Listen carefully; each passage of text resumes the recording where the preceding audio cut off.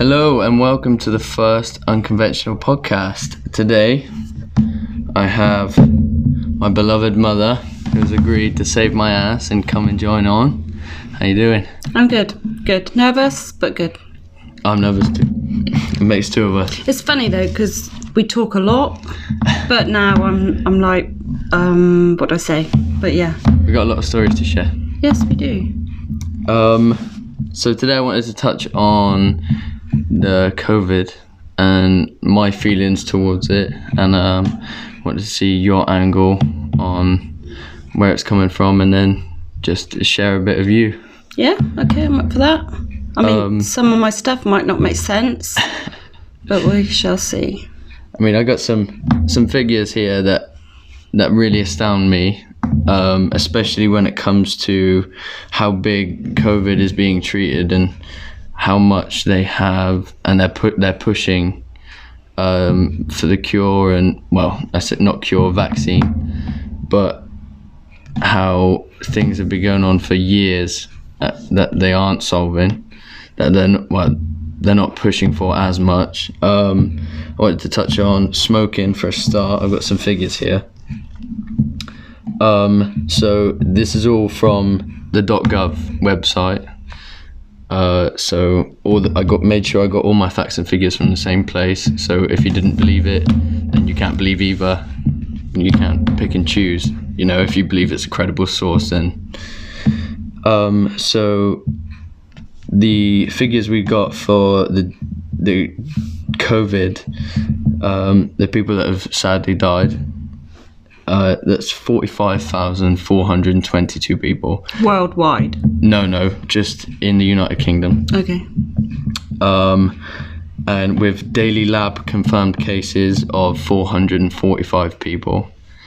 Now, that's a lot in the short period of time COVID's been going about, but as much as it's risen, it's also decreased as quickly. However, every year, it's a roundabout estimate of 78,000 people pass away from smoking, which is incredible. It's crazy amount, and it's still legal. I can go to the shop right now. I can go myself, take my ID, go to Sainsbury's, Asda, any corner shop, and I can buy tobacco.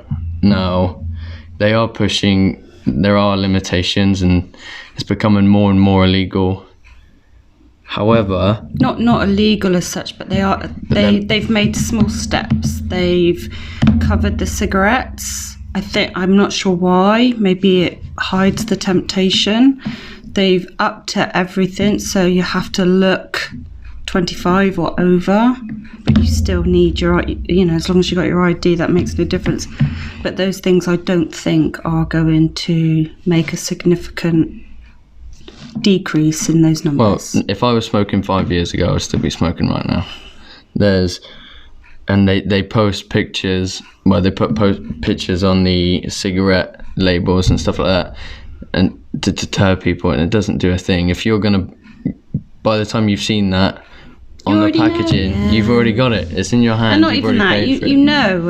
And I've before they banned smoking in pubs, I won't lie, I can't remember what came first. I'm sure the pictures came first, but wherever I was at the time, I've heard people making jokes and showing the pictures on the cigarette packets. So that, and maybe it's done it's prevented a small number of people, or people have reduced, I don't know, but no, it's not made. I don't think it's made such a significant effect on people stopping smoking.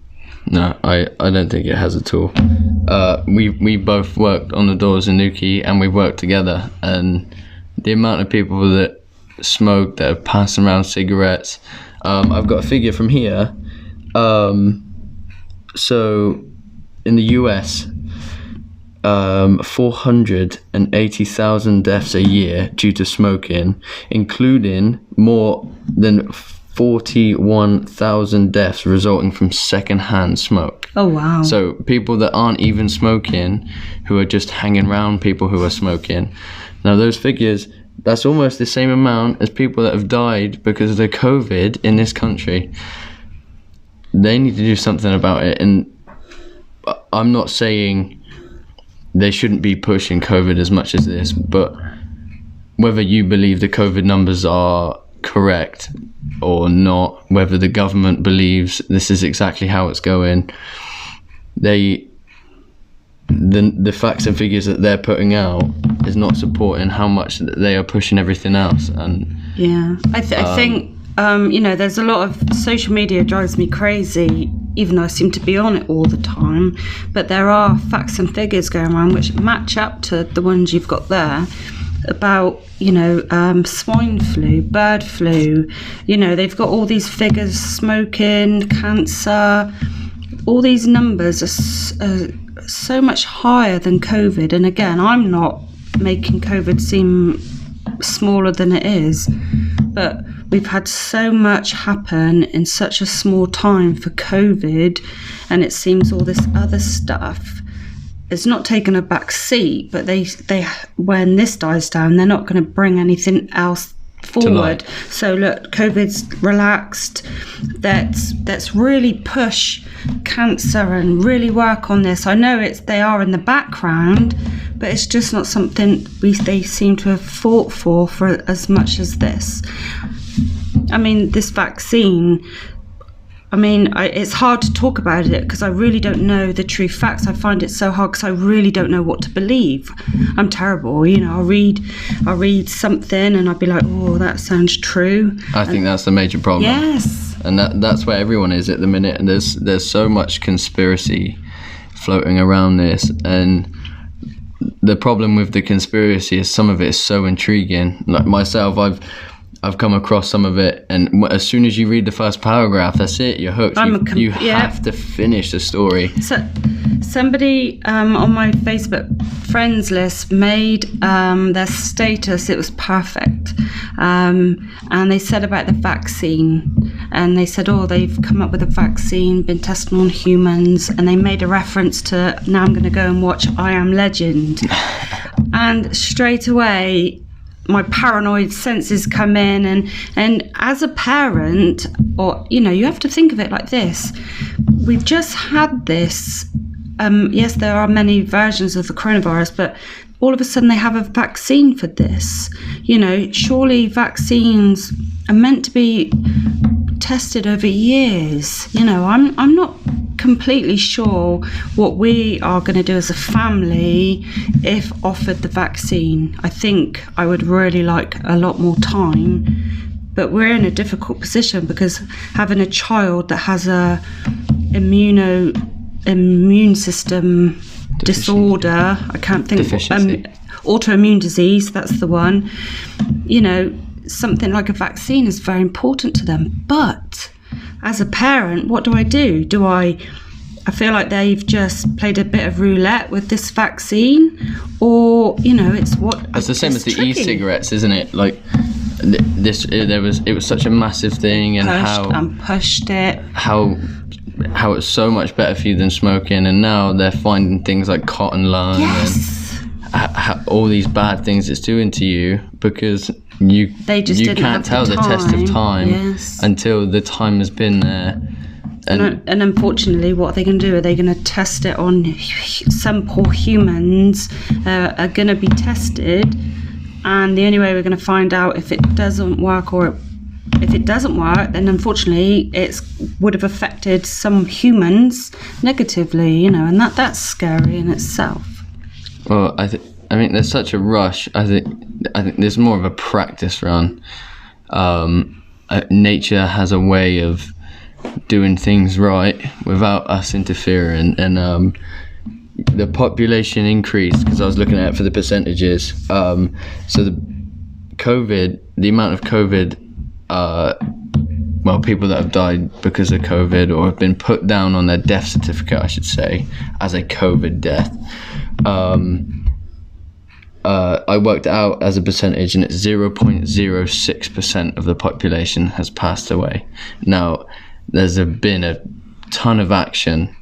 However, the population increase is just insane. I was looking at the graph between the years, and it was on a steady increase, and I think within the past 10 years it's been on a steep incline, and I think that can cause a massive problem. And like I said, nature has a funny way of making sure it comes out on top, and I don't know what's going to happen. I'm interested. And I agree, and I might get shot in the foot for this, I don't know, but I see what you're trying to say, like you get these huge natural disasters, and I think, is this nature's way of saying, I've got to do something to help the world. And I mean, maybe not, because I'm just overthinking of it, and sometimes I like to have an answer for something. Why would something awful like this happen? Okay, well, maybe it's because of that. It's just how I work. I like to have an explanation for why a tsunami wiped out hundreds of thousands of people, because it's just an awful thing. So you think, as a person with my way of thinking, I kind of need maybe an answer. As outrageous as it sounds, it's just I need a reason. Just having no reason for something to me makes no sense. It's just awful. And this comes down to one of the reasons why I'm doing this podcast. And I think a lot of normal people, the average Joe, me, you, next door, I'm average. You know what I mean? No. We're not famous, we're not influenced, we're not. Oh, but we are. That's the thing. We are influenced by all of these people and all of these doctors, and this is going to be a platform where we get to share with all the information we're taking on, what we're believing, how it's making us think, and I think people will find that they either really disagree or they find a bit of comfort in thinking, knowing we're as crazy as you. Yeah, 100%. But and also hopefully we might say something, or you, because you'll be doing it, that might offend someone, and no one's trying to offend anyone. We all have our beliefs, and a lot of the time we're afraid to let others know what we believe because we don't want to get laughed at, we don't want to get judged, but I think everyone has a thought about something, so this is a good place. I mean, I'm not sure, I think I've said about 100 times, but if you're going to have this on a social media where you post it and people can comment or message you and just say, do you know what you say is brilliant, it makes sense, I agree, but I'm too afraid to say it. So it'll be a nice way of people reaching out, and not anonymously. Did I say it right? Anonymously. So I think it'll be helpful to everyone, because like you say, we are just the average Joe who work hard, still never has enough money at the end of the week, family, looking for what we're going to eat this week. We are literally just the average Joe. Sounds like a sob story. I also wanted to touch on again, carrying on with how much they are pushing COVID. I wanted to touch on the obesity side of things, and is that why you asked me to do it? No, it's one of the top causes at the minute of deaths. From what I read, 28% of children between the ages of 2 and 15 are classed as overweight or obese. And now that alone, in the UK, in the United Kingdom, actually I think that is just in England. That's absolutely shocking. It's crazy. The NHS between 2014 2015 spent 6.1 billion on overweight and obesity related ill health.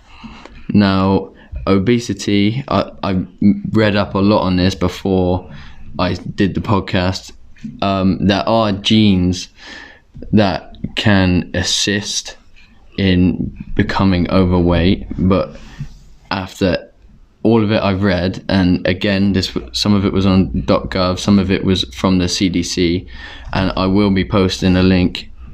It's actually very interesting, but it all comes down to even if you have the gene that can assist with obesity, healthy eating, exercise, it can all help it. You wouldn't have it. And at the end of the day, it's physics. Energy cannot be created or destroyed, only transferred. So whatever you're putting in, if you're not burning that off, it's being transferred into fats. And I think there should be so much bigger drive for healthy living, healthy eating. And I know it's expensive, but if you find yourself in this situation where you have to eat the high salt content because it's cheaper and it lasts longer, all you have to do is exercise. I know that I'm your backup for the podcast, so I also know that you were going to talk about this regardless of whether I was here or not. But I'm glad actually that I am doing this, because I'm hating that I'm on video, because I absolutely hate the way I look. I try not to even look in mirrors, but I understand how hard it is. Now, I do like food. Now, I can eat something, and I know actually, and I'm very good. I've got my Fitbit, got my app, got my Fitness Pal, and I will add it up. And I see some days I'm eating way more than I'm burning. And you're right. All I have to do is, if I'm over, do a little bit more exercise. And I've always wanted, and I know you have too, I've always wanted to work with children, especially children that are a bit embarrassed or a bit nervous because of the way they look, that want to exercise. And I think there should be free programs. In fact, that I know the NHS do healthy eating. They have the Change for Life. Yeah, the Change for Life. And I actually am. I can tell you now, I'm first hand at this. Having a 12-year-old that just likes to watch anime, doesn't want to do anything. He does do stuff because he's made, and it's like pulling teeth. It's like, come on, dude, out of your bedroom, let's go for a walk, let's walk the dogs. And I don't think it's not always down to parenting, because this is the day and age we're in now. We're in everything. It's just technology, isn't it? Technology everywhere, and then so it's tricky. I get it. And I do get it. Now, there are things that are out now. I can't remember what the app is called. Again, I'll find it I'll put a link in the description. But there's this app where you get paid to walk. It counts your steps through GPS, and it gives you credits to where on the page you can buy things, and you get like, I think sometimes things. you get like Amazon vouchers. A £10 voucher. You got Pokemon Go, where you have to go walk about, and so I believe there is a way to trick your kids into maybe even using technology. I was watching Extreme Makeover, and their family and all other families get together, and each one hides something somewhere and puts the GPS coordinates, and another family has those you know what I'm saying? He's going to cut that out. I'm not. No, I know. GPS, and you go and find it, and I think there should be a lot more like stuff like that. Yeah, nature walks. There's geocaching. I think. That's it. That's what I'm on about. Yeah. And I'm not sure, but I think you have to pay. But there should be something free, and that. Well, you will trade. But that's a good idea, because even if the local council did that, well, they don't even have to put any money into it apart from maybe making the app. Because all you do is find, or just even a Facebook page. I think, you could just make it to be a part of it. Yes. You have to go hide one yourself. Exactly. It's like all these paint your rocks and hide the rocks. That actually people actually went out looking for these rocks, and then they would re-hide it. And it's the same. You could do a Facebook page, and you could, even if you just put clue, say, okay, so it's in the Bodmin area, it's white, tall, and it's got a face, the white clock. I know, pretty obvious. But people would hide little toys in a box, and that's a really good idea. Let's steal it. What do you think about all this SpaceX stuff then? What? So, Elon Musk, he's the owner of Tesla and SpaceX, and they've done a couple of tests on their first ever Starship, which will be the first ever rocket I thought we were going to talk about stuff I know. to be teach me. Be the first rocket to go to Mars. Okay. That are carrying people. His plan over a 10-year period, I believe, is to send 1 million people over to colonize Mars, and he wants the first one to be released by 2050. He did a 100-meter test and successfully caught all the pieces, and I think it's just incredible. And all the pieces? What do you mean? Oh, so as the rocket go up, it detaches, and as a practice. And he also built the rocket that took a shuttle up to space and successfully landed back down to Earth, so it can be reused instead of it being trash. Because the normal rocket ships, they all dispersed into space. And Neil deGrasse Tyson touched on this, and he said, if we keep going the rate we are, we'll actually be cutting ourselves off from space, because the amount of crap that's floating in our atmosphere or orbiting the Earth, it would just trap us in. We won't be able to get out. No. And I believe he's an incredible man. He's the one that's touching on the neural link, and he believes with that he'll be able to cure like blindness, deaf, deafness. But he also said the other day, I saw a post, you'd be able to stream music but to your brain, so you think you can hear it, but you can't. But it'd be crazy, all you see is just random people bob their head. But that's when those earphones first came out, people first started using them to talk to people on the phone. Yes. And you're like, what a weirdo, that guy talking to himself. He's talking to himself. There used to be a guy when we lived up the road, would always walk past, loud as Larry. And then one day I was actually out on the street, and I realised actually he was just talking into one. I just thought he was a bit crazy. So not many people know, but I believe, especially for Cornwall, you're like an advocate for ladies MMA and BJJ. You have a big push for it and a reasonably good following, I would say. How do you enjoy it? Oh, I love it. I remember watching BJJ particularly. So BJJ, for those of you who don't know, is Brazilian Jiu-Jitsu. If any of you have ever watched MMA, it's all the ground stuff. It's where you take someone down and you're able to break their arm or choke them out. So. And I love it. No. But my main passion is Brazilian Jiu-Jitsu, and I remember, I'm trying to think back, so me and my partner Mark, we went and taught wrestling at a club in Newquay, and it was a small group, and they were laid back, and they were wearing these, at the time I thought, not sure if I thought they were silly, but they were wearing these like uniforms, they had their belts, and I didn't really see it because we were teaching wrestling. And then not that long later they used a gym in Newquay. Am I allowed to say the gym? Yeah. Oh, so they moved to Concept Gym in Newquay. Not a sponsor. And I can't remember what month it was, but all I remember is I watched them for 3 months. In my head, I'm like, wow, I want to do it. It looks amazing. Not just the sport, but their camaraderie. I'm not very good at pronouncing words. The way they just were family on the mats. Now, in my head, I'm like, okay, right, I need to lose weight before I join this class.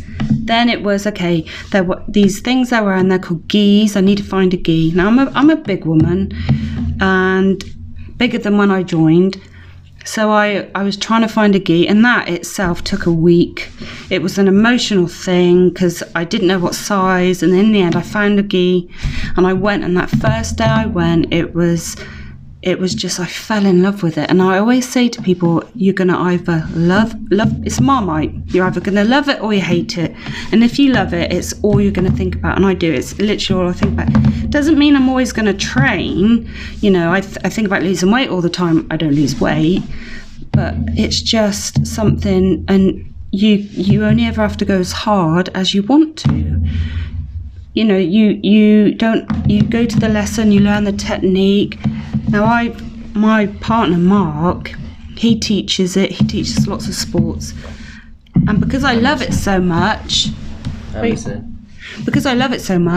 I've pushed all of you to do it, and now I teach children's Brazilian Jiu-Jitsu because I think it will help everybody. Oh, 100%. I push it on everyone. It's like a drug, and I try and sell it. But yeah, I do. I absolutely love it. I know MMA in general and contact sport. I know a lot of people from the outside can frown upon it because all they see is two people punching each other in the face. However, it gives you a new perspective, and my job, as you knew, in Plymouth, it was called Park. It was a scheme where we policed the city centre. Doing that job and the doors, doing security, definitely made my faith in humanity drop dramatically. I met a lot of nasty people. A lot of people said and done a lot of nasty things, not just to me but to other people, and especially what shocked me the most is when those certain people were doing these things, the first thing anyone around them thought was, I'm going to get my phone out and I'm going to record it because I'm going to get a lot of hits. That shocked me. It's like, hold up, I'm not going to help you. I'm not going to help you either because I'm recording it. Yeah. But it gives you a sense of family, and I know it is a one-on-one sport. Once you're in that cage, once you're on the mats, in a comp, it's just you and that guy. You have coaches in your corner, of course, but they can't get in and help. But sorry to interrupt, but exactly when people think badly of MMA, especially like when they're watching cage fighting, you know, there's many platforms. You've got UFC, Bellator. That's just what they see. What they don't see is all the training and teamwork, all that build up to that moment. You need your coaches, your sparring partners. There's so much that goes into it behind the scenes, and not only that, but it doesn't just help your fitness. It doesn't just help your strength. Oh, it's up here. Mentally, as you know, I've been in bad places before, and as have you, and I'm on my highest high when I am training the most, and that feeling of winning a fight, winning a competition, it's the best feeling in the world. There's not many that match that. For me, my number one is having my daughter, but behind that, there's not many that will beat those feelings of getting your arm raised, and it gives you a new sense of confidence. And I think it helps people so much, and there should be a massive push for it. And as much as I disagree with the karate classes and the dojos because I believe they give people too much faith in those sports. You know, grab my wrist, and that's not how a real fight goes down. However, even I can respect them because it helps 100%. And the confidence that, you know, when there's a group of you there's like 20 plus kids going to a class, regardless of what sport it is, you have to get stuck in. Yes, and they're friends, and you might not have a friend at school, but you know when you go to this karate class or taekwondo or wrestling or jiu-jitsu, he has to hold your mitts. Yes, you have somebody that you can talk to, and it gives you something to look forward to.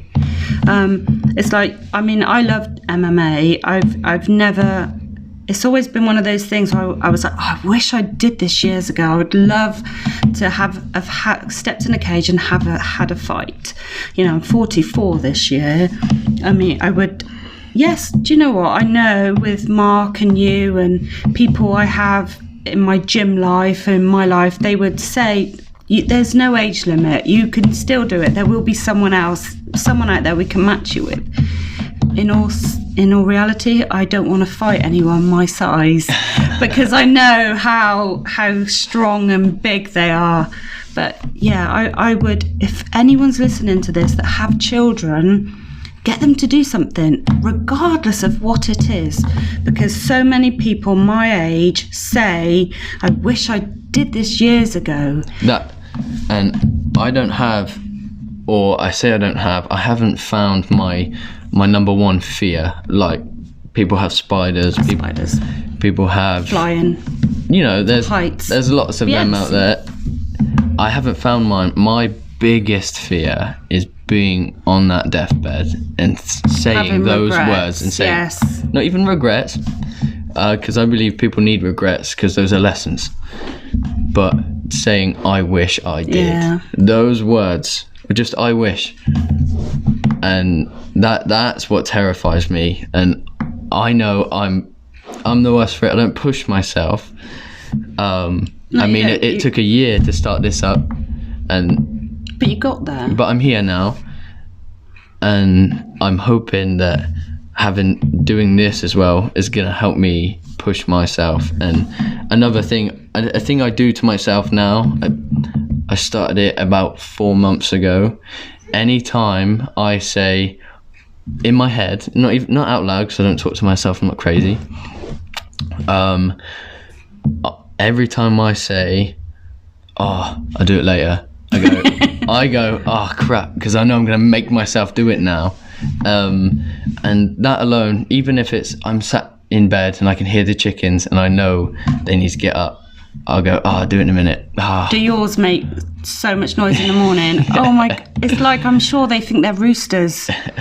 But I make myself go do it, or I need to do the washing up, I'll do that later. And I make myself, well done, myself do it as much as I don't want to do it. But I believe that's helping my state of mind. It's Mark's about being positive and getting the most out of everything, and I completely agree. I find it hard, and that's what I've been doing lately. I'm like, well, an example, the twins' birthday, the next day, lots to clean up. Everyone was hungover except me. I got up and did it, and when everyone else got up, they were like, "Oh, Mum, I'll help you," and I'm like, "It's done." Because too late. It's just do it. I get home from work sometimes at Nike not a sponsor. at 10 o'clock in the morning, and I don't want to, but I'll walk the dog, and I always feel bloody good after for doing it. Always. I never look forward to doing exercise ever, even if it's going to the gym, even if it's doing something I love, i.e. wrestling, BJJ, boxing, MMA, lifting weights. I get a thrill from lifting weights even. I never ever look forward to it, and I'm not the most successful guy, I'm not saying that, but I'm 3-0 in MMA. I had 8 boxing bouts in 7 months of going to boxing. I've had K1 fights, I've gone to jits competitions. Never have I ever once got up and gone, I can't wait to go to the gym. It's fun. Once, as soon as I walk through those doors, I go and I start seeing everyone, and then you pick up the vibe, and everyone's that's the thrill. And then after, and even when DOMs hit, I'm like, I love DOMs. I feel, for those of you who don't know, DOMs is delayed onset muscle soreness. It's when you get sore the day or two after doing the exercise. When you can't sit down because your thighs hurt so much. The only time you regret needing a poo. No. Sometimes I've nearly cried because I don't want to go toilet because the thought of just trying to sit down. But it makes you feel like you've done something. It's like an achievement. Mine is it's the warm-ups. Now, if I could go to every class and not have that warm-up, I genuinely would look forward to going to. I would be excited. It's that warm-up. I am bigger. I am slower. I am unfitter, and I hate. You're the last one, so you're either holding everybody up, or you're just holding everybody up. Whether you're going down the mats, whether you're running around. And it's that bit I hate. If I could get rid of the warm-up, I would really, really be excited about going. So we all have our thing, don't we? Yeah, 100%. We all have our killer, but it's I think it's something that everyone should do, and we should all be pushing for everyone to do, especially the children. 100%. And there's lots that now, having a child of my own, lots of things of maybe I'm being over paranoid about, but I don't think in a way you can be, is if you act upon them too crazily. I mean, I've done some really crazy stuff. I mean, I even moved house once because I didn't have double glazing, and when Madeline went missing, I had alarms on all my windows. I was so paranoid. You say alarms, but those things are crap. I know, it was. They were. If somebody breaks a glass, No. All you had to do was tap the glass, and it went off. And it was quite loud, but it got that bad. I moved house because I just wanted double glazing. Because if anyone broke in, it's really hard to break a double glazed window. So yeah, I understand how paranoid you can really get paranoid. But I had to get out of Plymouth. A situation in Plymouth arose when there was a 79-year-old man. He was in the middle of the city centre on a Saturday evening, and he asked this 14-year-old lad to pick up his litter, and the 14, which is mental. I know. He stabbed the 79-year-old man 6 times with a screwdriver he had in his pocket, all in the ass and all up the back, and it just shocked me. Not only did it shock me, what shocked me the most about the situation was how that boy was not affected by it. How he was cold. I ran into him and his mates a couple of weeks later. Bearing in mind he hadn't been detained. He wasn't put in prison. All he did, he had a tag on for 6 months, and the police, I don't think it was the police, but the jury decided, because of how young he was, he didn't know what he was doing. He was bragging about it like it was a trophy, and we have a lot of all of our issues for the future of it. Well, obviously they're starting with the youth now, and stuff like this is just becoming a normal thing, and that is terrifying to me. So that's one of the reasons I hopped out of Plymouth as quickly as I could. To think they're 2 years older than Ethan, my youngest, is mind-blowing. I couldn't imagine him doing that. What kind of life has that child had? Well, I had to detain I think she was 15. I had to detain her for theft, and when the police got there, we were all talking, and she'd been through quite a bit of abuse, sadly. She was living with her nan.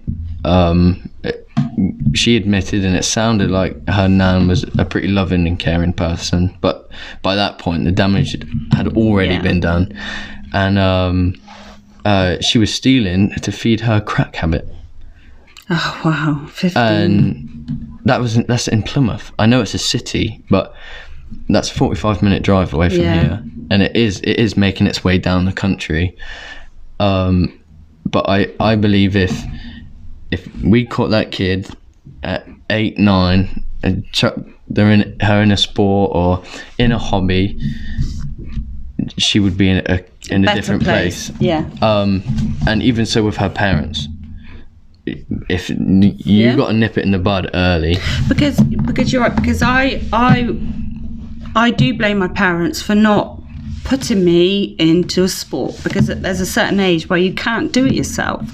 I remember once... Well, it becomes really hard. Yeah, and I remember once I walked into a karate lesson and I just didn't have enough confidence to say I want to join. In fact, I pissed off the instructor because he was just like, what do you want? And I'm like, oh, nothing, and walked out. And then I never went back. But because I have regrets of not doing something, I made sure you were doing martial arts from the age of 4, and that led to the twins doing martial arts from the age of 3, and then Ethan at the age of 3, because I remember buying him his first gi, and it wouldn't fit. And I think it's like a domino effect. And then when I fostered my foster daughter, she also did martial arts, and what a difference it made, especially for her life. And now I know that when you guys are old enough, when your children are old enough, that you will also put them in some kind of sport, because it's just, I think it's the foundation for something. It doesn't necessarily need to be sports. It could be art class. It could be photography. Something. The thing that something gives you is it teaches you, if anything, maybe dedication and drive. It gives you drive to do something, and that sense of achievement, whether it's taking that special photo, whether it's getting a stripe on your belt. I don't believe in... Don't say stripes. No, it might be a controversial thing, but a well done for taking part. I believe there should be that drive to be number one, and I believe there should be that push. Well, a stripe isn't a well done. A stripe was, you are amazing, Gemma. Here's your first stripe. No, but I know what you mean. It's almost like sports days. They give everybody stickers. But my problem with it the most is it takes away from that kid. Yes, I agree. Who maybe had been practicing loads. And there are those kids, especially, let's say, use sports day. That's like me and my cousin. He's in a band, Moth. It's like me and him sitting next to each other and playing guitar. And we both get congratulations. I can't play guitar to save my life, but it takes it away from his achievement. And I understand why they do it. Because let me go back to sports day, and it's a perfect example. So you've got those kids that and I've been working in a school. I've seen those kids that are like, sports day's coming and they'll run everywhere, and you think, how the hell do you have this energy? And I understand why they let's give out stickers for everyone, because you've always got those children that cannot run, that aren't going to be able to run. But I agree, that kid that's also got the sticker that won, you can almost see his heart break a little bit when every other child is getting the same thing. I understand. I went to Ethan's. I think you were working, I think you had to take one of the kids to hospital. I can't remember. Something extremely important for me to miss such a big day. No, but it was. No, I understand. Yeah, of course. I went to Ethan's, and there were 2 kids. They were both brothers. I think they were one was in year 3 and one was in year 2. I can't remember, maybe year 2, year 1. They were in the same race, because that's what they do. They clump the sports day together. And one ran over, he got first place, and the other brother, I think he came in 4th. And they both ran up to their parents. He was so happy he won, but they both got the same amount of praise. And what it does is it can dampen that fire. It can but under both of them, that kid who can't run, if he didn't get anything and he really wanted something, then maybe next year he'd try harder. Maybe next year he'd practice more. And I think we've got to be careful. And it's clearly not worked, because you say something you speak your mind and someone out there is going to hate it. Oh, 100%. So somebody might even listen to this and be like... I know for a fact that people are you're going to have people say, no, all kids should all get that same sticker. Everyone is just so sensitive nowadays. And yeah, I'm afraid to... How do I... Yeah, it's all the time. I'm so worried about saying the wrong bloody thing. And we shouldn't. It shouldn't be something that you get mocked for, that you get put down for, unless you're purposely being racist, unless you're purposely trying to hurt someone's feelings. Again, it should be a lesson where someone steps in and goes, hang on, you don't say it that way. Yeah. But no one does that anymore. Because, everyone just jumps down your throat. And I was, again, working in Plymouth, and I had a run-in with a person who had short hair, black beanie hat, ripped jeans, glasses, who I knew their gender, that the gender they were born was a female. However, by the way they were dressed, I didn't want to address them and I didn't want to assume. Yeah. So I said to them, so we can carry on this conversation. How would you like me to, talk to you? Like, do you qualify yourself as a male or a female? And they turned around to me and said, how dare you assume? You cannot assume my gender because of the way I am dressed. Now, maybe I didn't say it correctly at the beginning, because I don't know how to word it. I don't know how to ask someone how they would like for me to address them. Yeah. It's not fair. It's just not fair. People like to complain, and that's where this world is at nowadays. And I think it obviously all stems from when they're a child and how they are brought up. Because you'd be surprised how much is not genetic and how much is... I understand. I want to just be able to say, look, I'm really sorry. Do you class yourself as a male or female? I just want to be able to say that to someone. Well, no, I don't even without them saying, how dare you? I don't even want to be able to say that. I want to go, excuse me, ma'am, and they just politely turn around and go, oh no, I'm sir. Yeah. How hard is that? Yeah, maybe I assumed. I mean, but you've worked with me on the doors, and how many times do I get called gent, sir? And even though this part of me is obvious, I'm female. I even wore lipstick, and then in the end, I thought, do you know what? Half of them don't even look. They just see that outline of a shaved head, and I just didn't get offended because. Actually, people make mistakes. Exactly, it's not their fault. They are assuming that men are on the doors. I just don't care enough, and I know for a fact. And also, not just that, but I didn't like correcting people because I don't like making people feel stupid. I remember, and I've done it myself. There was this lady, and I really genuinely wasn't sure. I wasn't sure if she was a man dressed as a lady, if she was a trans lady, I think it is. I'm not unsure of which way to say it. And actually, just transgender. Either way. But all she was a very fit, ripped lady, and I was so afraid of getting it wrong. I literally wouldn't look. I didn't want to have a conversation with this person because I was so worried about getting it wrong. I thought, I'm just gonna pretend I didn't see her, because I just didn't want to make her feel silly or embarrass myself or upset her.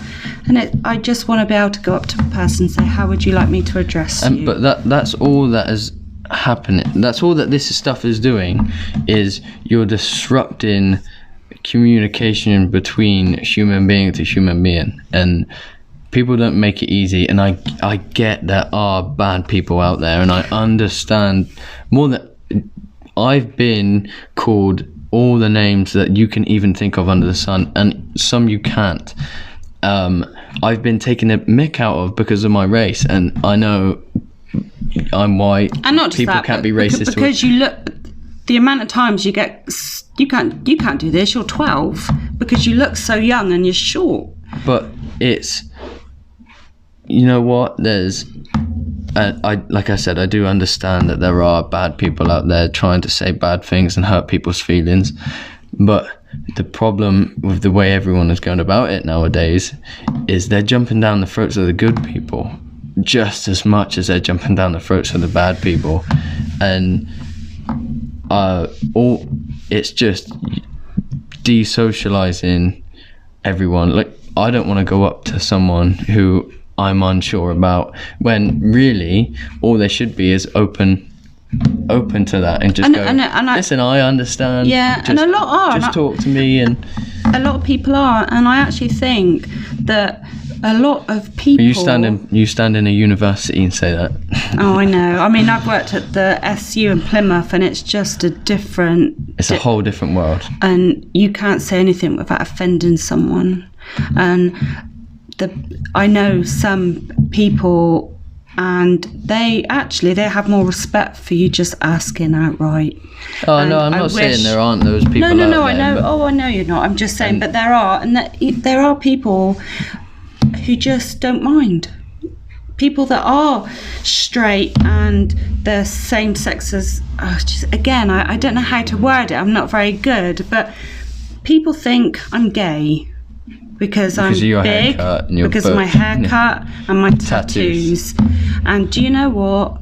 I don't care. It doesn't bother me. But I also know that there are people out there that would be upset by either of course I'm gay, but, because I look like this, or of course I'm not.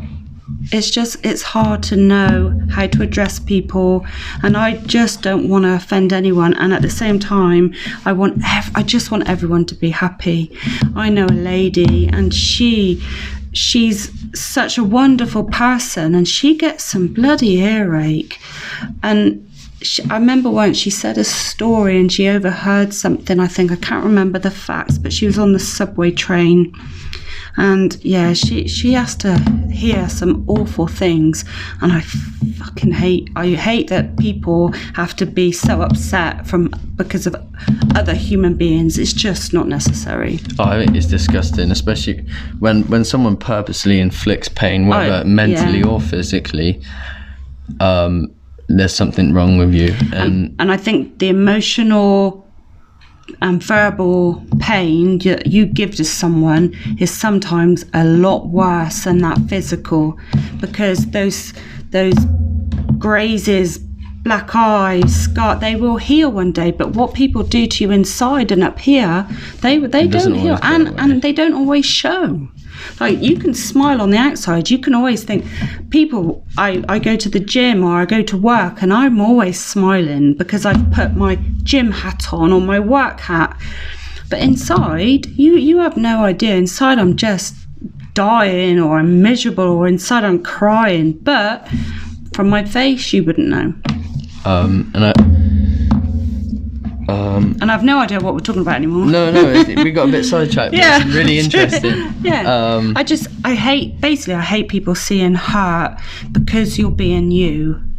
You might not like that. You might not like the way I'm being, but then just walk on by. Scroll past my Facebook page. Walk past me in the street, but why walk past me in the street and chuck abuse at me? There's a song that I listen to. It's a heavy rock that not many people enjoy. There'll be a link.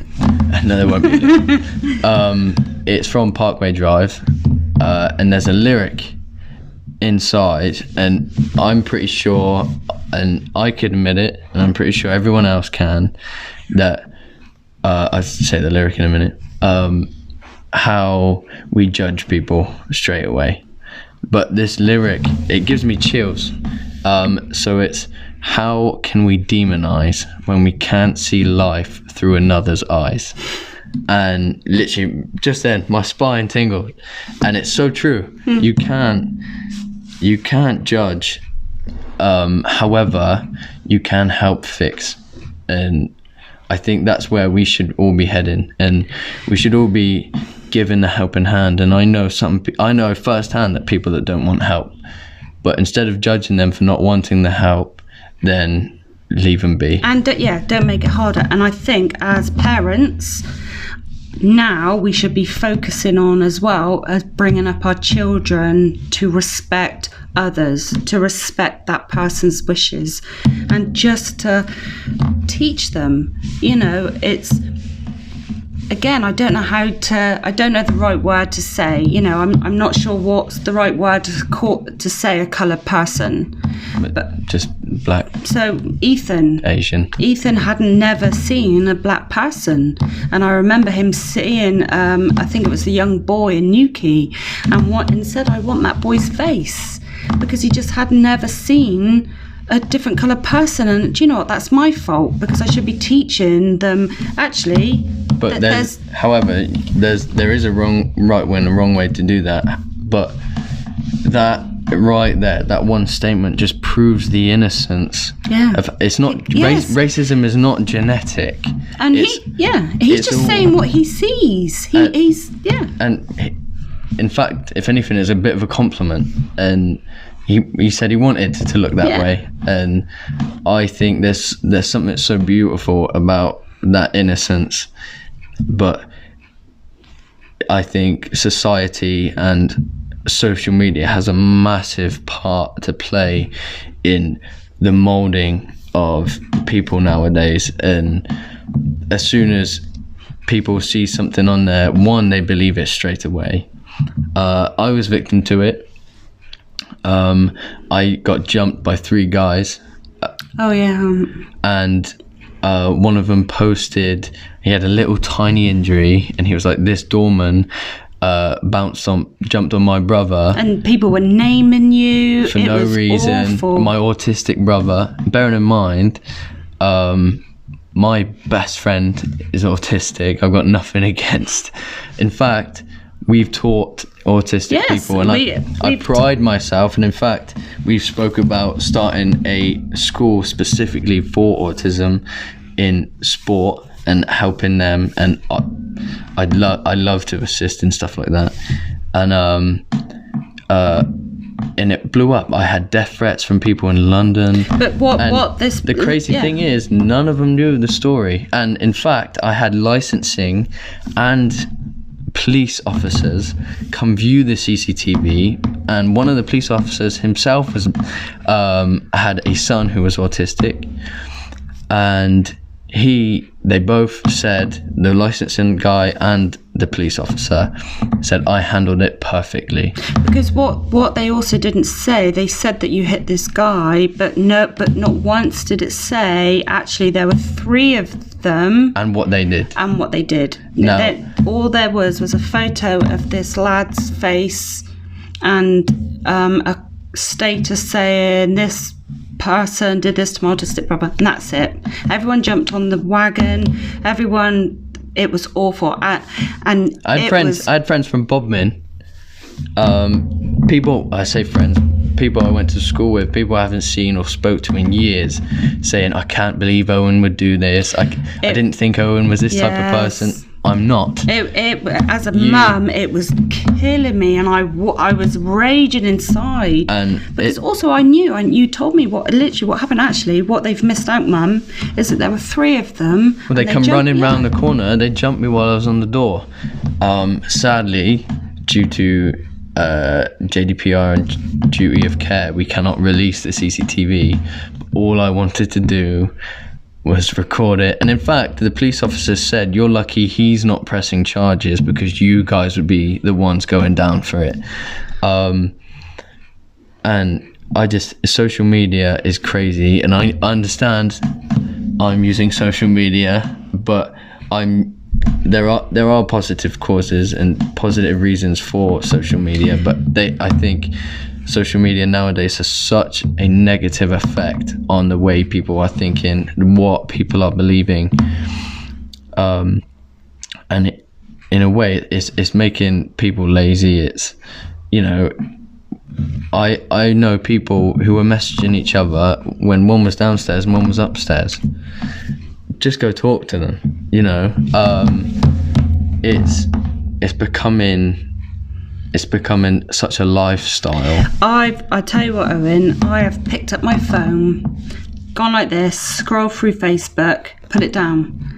2 seconds later, not even thinking about it. It's an addiction. I picked up my phone and I've done it. I'm like, I've just seen that. Oh God, yeah, I've just put it down, and then I've done it again. I'm like, oh my God, it's the same stuff. I literally have no interest and put it down. I mean, it's crazy. Ethan, like, he hasn't got Facebook. I've tried to. None of you lot had any social media till you're a lot older. I mean, I got it for the first time when I was 16, but obviously people a lot younger are having scary. it nowadays. It's like all these adverts. Like Danny wanted to buy you something amazing for your birthday. Oh yeah, so this story, me and my partner, we do have the same phone, but we don't have two separate phones. They're just the same make. But we don't have each other's emails on any of those phones. She doesn't have Facebook or social media.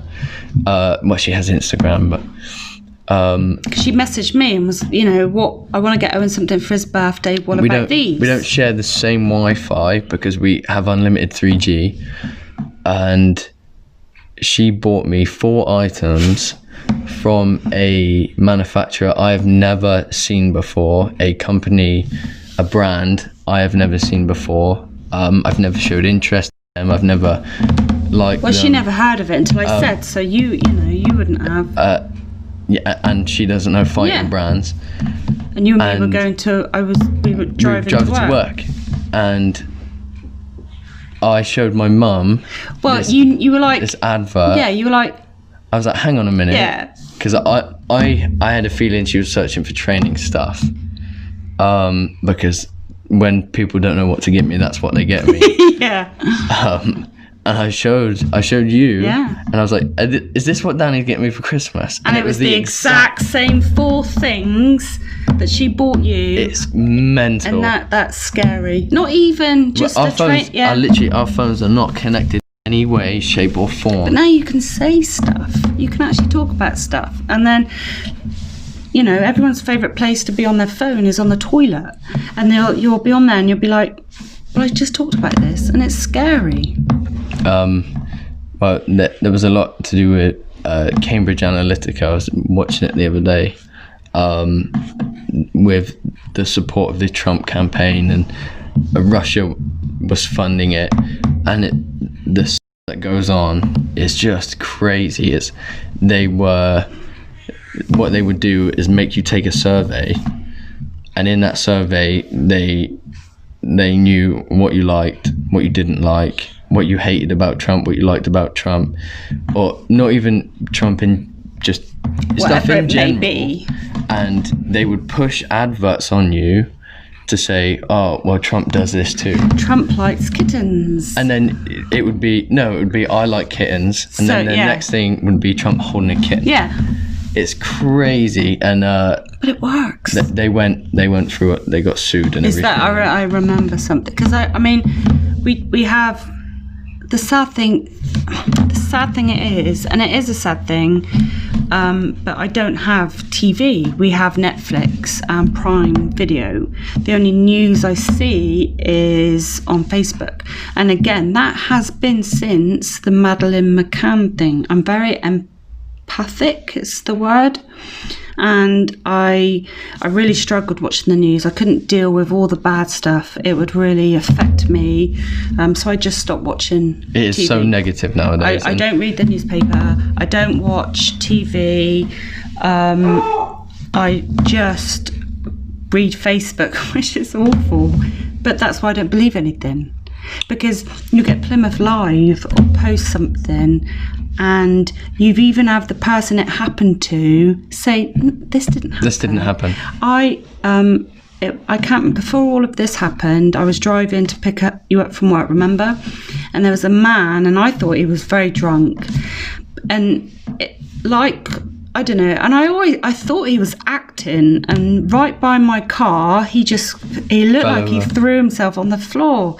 And I drove on a little bit, and I'm like, oh, for God's sake, I'm in my pajamas. So I reversed a little bit, wound down the window, and I'm like, are you okay? He said, I've been stabbed. And I'm like, oh, really? Now, so I put the torch on my phone, and it's not that I didn't believe him, but I did think, do you know what? I've seen these movies, but I'm going to check. And lo and behold, he had been stabbed, and I have no idea what we're talking about. Social media. Yeah. No. Oh, yeah. So sorry, going back. And then I was reading on Facebook, and so basically I was putting pressure on this guy's stab wound. I saw a group of people down the road, and I called for them to come because I didn't. Call 999. Yeah, but I didn't know how bad it was, and I didn't want to take off pressure to phone at police when there was these crowd of people. They come up, they helped. The police came along, and then on social media, I saw somebody. It just happened to be on my newsfeed. I don't know how, because I wasn't this person's friend. Well, no, but it's because you've been in newsfeed. Yeah, and somebody said, it was a newspaper article, but on like Cornwall Live. Yeah, and somebody said to this lad, is this the person that you helped? And I'm reading it, I'm like, no, but this guy is there saying, yeah, this was me. Obviously it wasn't, because I was there. It's just, but you literally you can say anything. You can say somebody rescued this man, and somebody will put under there, it was me, and they believe it. Yeah, there's so much wrong, and all I wanted to talk about was what was right. I don't even know why we haven't talked about tattoos, because that's completely irrelevant to what you wanted to talk about. So go back on track. What? No, I need to get a drink. Do you need anything? I'll have some water. And we're back. So what was it you wanted to talk about before we got completely sidetracked? Moan over. Yep. That doesn't count anymore. We were talking about jiu-jitsu and MMA, and as a woman, and how amazing I am. There's a lady. Sorry, there's a lady I know, Kate Jackson, and I've watched her train. Not a sponsor. Oh my God, stop. And do you know what? You see someone work hard, and it shows that when you work hard. MMA's been her life. And that passion and drive, and you work hard, and it shows what you can actually achieve. And Kate was my female inspiration to do stuff. I would watch her, and I used to, like, for her weight cutting, and I'd say not really weight cutting, but her prepping her body for her fight. And I would conditioning. Yes, and I would just be in awe of her. And there's other females in my life that I just watch, and I always take a piece from everyone. There's a lady, Penny, when she first joined, she looked like she couldn't fight her. Yeah, and now I watch her, and I look at her, and I think, wow, how far that lady's come. How far Penny's come, because it's mind-blowing, and it's because she loves it and she works hard. There's Mitra. I think you've got to have a passion for everything you were doing. And Mitra's the same, so there's lots of women around that like this sport and that put the work in. I say friends, I've got Facebook friends of women, and it's amazing. I just absolutely love it. It's a good sport to be in. It really is. But again, we're not pushing necessarily sport, but activities. It's well, being active, but finding your passion for something, and it's not an easy thing to do, because you most of the time you don't know you have a passion for it until you've done it. And but you need to have something. Whether it's puzzles, now there's colouring. Yes, it doesn't need to be a physical thing. It can just be. I think anything to get you away from that blue light and that TV screen, your phone screen, and it's people have less and less character nowadays, because you know you need to live through things, and you need to do things to build character. And it gives you something to talk about, because if you're just in that little bubble, you're going to meet someone and you're just going to have nothing to talk about. You need to live. I surprisingly, and you'd be surprised, like I'd be talking to someone, like just a punter, while I'm on the door, or just anyone, and they will go, "You've lived that much already?" I go, "Well, no, but you just haven't lived." Yeah. Yeah, I have done a lot for a 21-year-old. I've worked quite a few different jobs. I've been working pretty much every day since I was 16. I've been to a lot of places. For God's sake, I've moved house 12 times in the past 3 years. I've done very interesting jobs that make me go out there. Thanks to you, I've gone to Thailand. I've been to France. I've been to Zakynthos. I've seen a bit of the world and different cultures, and I think that's better for you than my personally. That helps you mentally, and makes you better as a person than something like university. But people have lost the drive, and people say it's expensive, but it doesn't have to be. And it's that drive to live more, and that people are losing. Even by picking up a book, how many people actually read now? Reading definitely helps your intelligence. I read a lot. I'm a massive believer. Well, you are reasonably intelligent. I don't know. I really don't. Play Scrabble a lot. But there's less and less demand for it, and the cultures are at the same time becoming more and more westernized. And like, you go over to Thailand and there are people say it's a poor country, and yeah, it is. It has a lot of poor parts, but in the communities where there's a lot of tourism, you know, they've got better phones than I do. They've got really nice cars, nice houses, and I think people need to see it before it disappears, because the way the world is going, the way technology is going, it's not going to be long before culture disappears. Now, you look at England and the United States, I believe we've lost pretty much all of our culture. And because we are a whole mix of cultures and ethnicities, which I don't see as a problem. In fact, again, I think it makes you grow as a person. But it's not going to be long until we're all speaking the same language, we're all believing the same God or no God at all, and it is going to run out, and I think people are going to miss it once it's gone. Anything to say?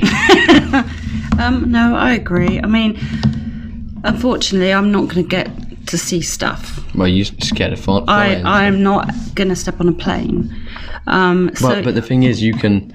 What I mean by living is that you could drive up to Scotland.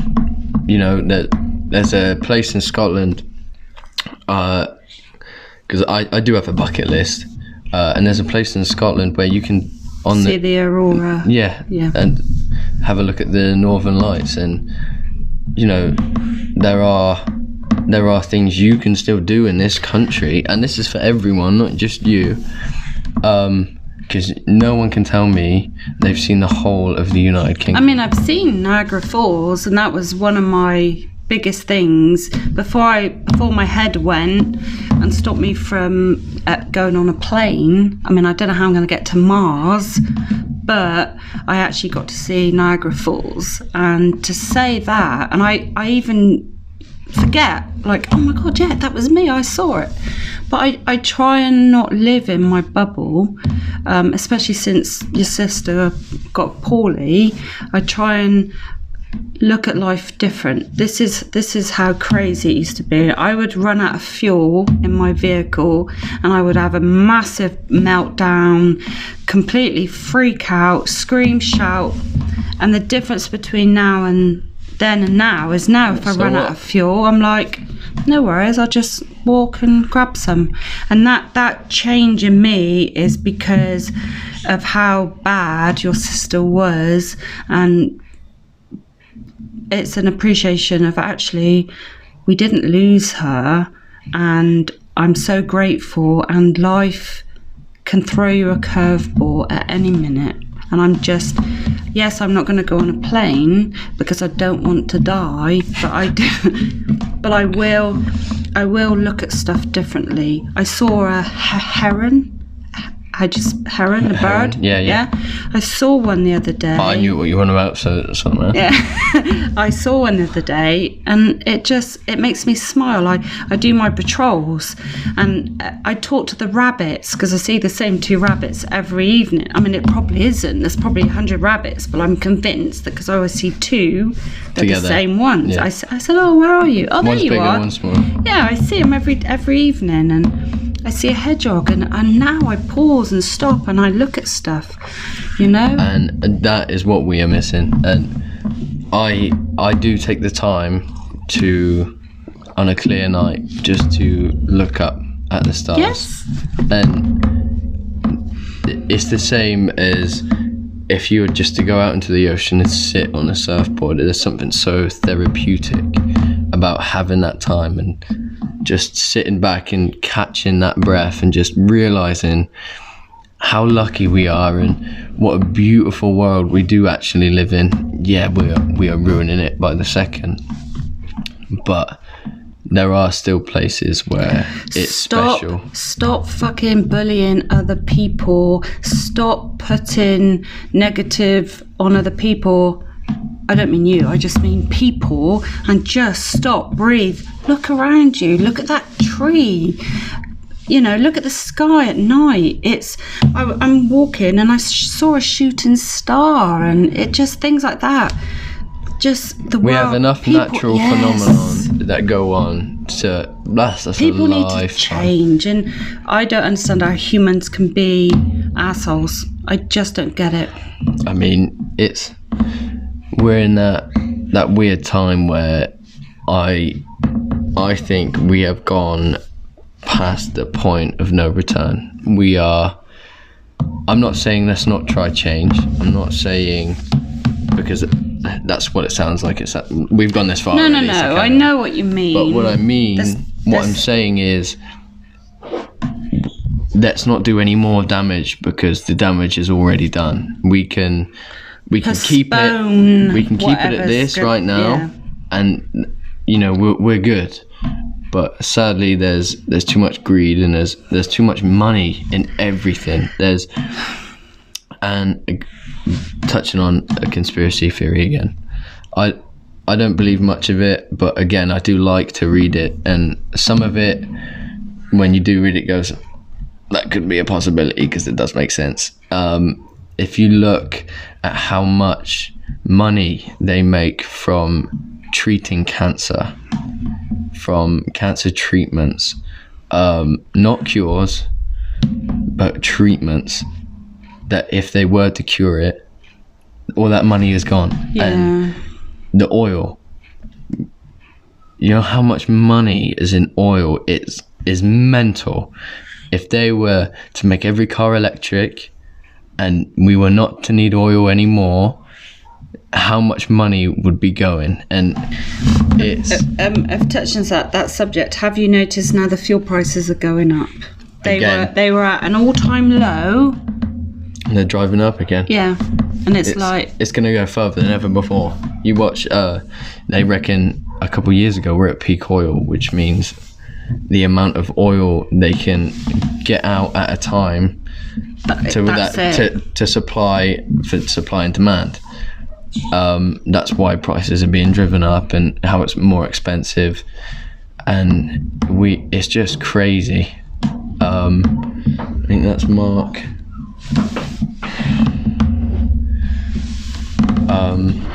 But yeah, so I think it's been a successful first podcast. Yeah. I've really enjoyed myself. Thanks I hope for you inviting me. Yeah. have. I hope you guys have as well. Next time, I'll maybe have a glass of wine and see what that looks like. Become more prepared, maybe. Yeah. But I think I prefer doing it this way, where we start off with a subject, we have an aim, we talk about it and see where the conversation Just have a goes. chat, yeah. Because we have hit on real world problems and what we think and how we perceive things, and that's what is important. And please don't be offended. You should never be offended by someone's opinion unless that opinion is being mean, like, if that makes sense. Well, if you're purposely hurting don't purposely be a dick. I'll listen to your opinion, but you can have an opinion, but you don't need to insult people with that opinion. 100%, and I hope people realise that is not what we are doing. I might insult you. That's not my plan for this. No. And if you are interested in coming on and you feel like making the trip down here, just give me a shout, and we'll give you a platform to speak your mind. I do have the ability to do it over Skype and stuff like that, but it's a lot easier and a lot more enjoyable. Yeah, doing it person to person. I forgot how nervous I was. I mean, there's things I've started talking about and I hadn't finished, and I've moved on. So some of it might not make sense. But if it doesn't, that's why we have a round 2. And I can't wait to have you on again. It's gone a lot easier than I thought. But thank you very much. And again, just a reminder to like and subscribe to keep getting updates on every podcast we will be doing. We got the ball rolling now. And sorry this is a bit long, but I hope you watch it all. Enjoy. Thank you very much.